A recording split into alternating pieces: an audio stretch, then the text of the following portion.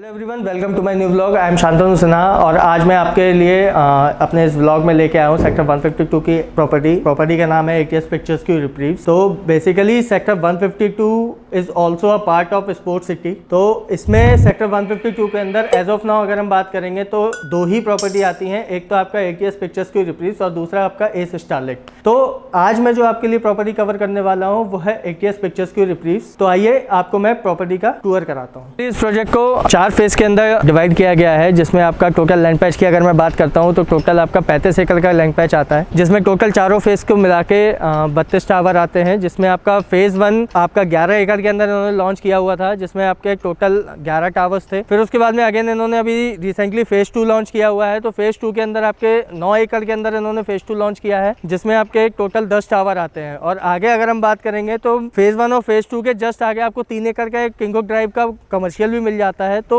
Connectivity और दूसरा आपका एमिनिटीज को लेके टोटल 35 एकड़ के अंदर आपका नर्सिंग होम और नर्सरी स्कूल भी आपका इसके अंदर दिया हुआ है। और साथ में आपका फेज 1 और फेज 2 के अंदर अगर हम साइजेस की बात करेंगे तो इसमें मिनिमम साइजेस आपके जो आते हैं वो आपका 1850 स्क्वायर फीट में 3 बेडरूम प्लस 3 टॉयलेट आता है। फिर उसके बाद में आपका 2300 स्क्वायर फीट का साइज आता है, 2300 स्क्वायर फीट जो कि आपका 3 बेडरूम प्लस सर्वेंट है। और 4 BHK का जो साइज आता है वो आपका 3200 स्क्वायर फीट में 4 बेडरूम प्लस सर्वेंट है। तो फेज 1 और फेज 2 के अंदर आपके ये सारे साइजेस आपके आ जाते हैं, जिसमें फेज 1 का जो पोजीशन है वो आपका दिसंबर 2024 के अंदर आपका ये डिलीवर करने वाले हैं। आज की डेट में आप अगर प्रोजेक्ट के अंदर कंस्ट्रक्शन भी देखेंगे तो ऑलरेडी लेबर्स लगी हुई हैं, लगभग 150 प्लस लेबर्स ऑलरेडी इसके अंदर काम कर रही है। तो फेज 1 का पोजीशन इनका जो टारगेट है वो आपका दिसंबर 2024 का है। और अगेन फेज 2 का जो पोजीशन ये जो देने वाले हैं वो आपका 2026 दिसंबर के आसपास में ये आपका पोजीशन देंगे। अब हम बात करेंगे अगर प्रोजेक्ट की कनेक्टिविटी की, तो सेक्टर 152 अगर आप देखेंगे तो डायरेक्ट आपका नोएडा एक्सप्रेसवे से डायरेक्ट कनेक्टिविटी है और साथ में इसकी जो लोकेशन है वो बिल्कुल एक्सप्रेसवे की लोकेशन आ जाती है। तो लोकेशन का एडवांटेज एक पर्टिकुलर प्रोजेक्ट के अंदर बहुत ज्यादा इंपॉर्टेंस रखता है। तो इसमें दोनों ही लोकेशन की एडवांटेज आपकी मैं बता देता हूँ। तो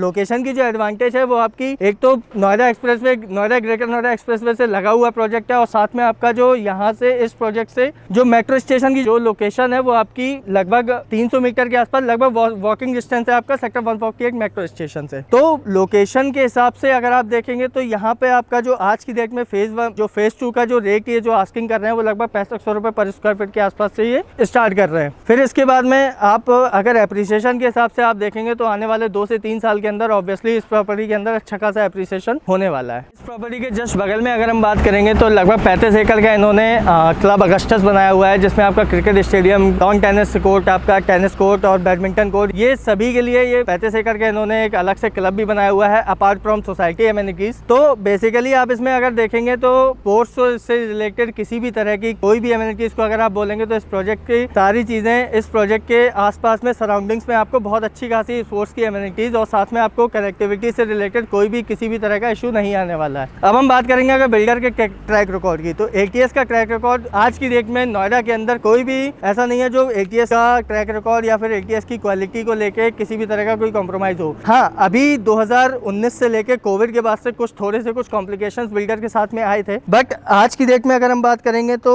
बहुत सारी चीजें इन्होंने पिछले साल से सवा साल के अंदर बहुत सारी चीजों को इन्होंने रिजॉल्व किया हुआ है। मार्केट में रूमर्स फैले हुए थे कि बिल्डर के पास फंडिंग की प्रॉब्लम आ रही है और इन सारी चीजों को लेके, तो आज की डेट में इन्होंने अपने हर एक प्रोजेक्ट के अंदर एक ना एक लेंडर को इन्होंने बैठा दिया है। अगर हम पिक्चर्स क्यू की बात करेंगे तो पिक्चर्स क्यू के अंदर HDFC के साथ में इन्होंने एज अ कंस्ट्रक्शन फंडिंग लिया हुआ है। फिर उसके साथ में ATS लीग रहेंगे, उसकी अगर हम बात करें तो उसमें भी आपका लेंडर ऑलरेडी आ चुका है। ATS किंगस्टन ही इन्होंने पीरामल हाउसिंग फाइनेंस के साथ में इन्होंने टाई अप किया हुआ है और भी इनकी जितनी भी ऑनगोइंग प्रॉपर्टीज है सबके साथ में कोई ना कोई लेंडर ऑलरेडी इनके साथ में बैठा हुआ है। तो अब पिछले 4 से 5 महीने के अंदर बहुत सारी चीजें ATS के अंदर बहुत सारी सुधरी हुई है। जिन प्रोजेक्ट्स के अंदर कंस्ट्रक्शन रुका हुआ था सभी के अंदर कंस्ट्रक्शन आज की डेट में फुल स्विंग में है। और ATS लीग रहेंगे उसके साथ में आपका क्या हुआ था कि बहुत सारे रेजिडेंट्स ने वहाँ पे प्रोटेस्ट वगैरह किए थे, तो उन सब के साथ में बहुत सारी चीज़ों को ये सॉल्व कर रहे हैं अब। और होपफुली सारी चीज़ें मतलब ऑन टाइम, अब ये थोड़ा बहुत डिले हुआ है लेकिन ऑन टाइम ये अब बहुत सारी चीज़ों को डिलीवर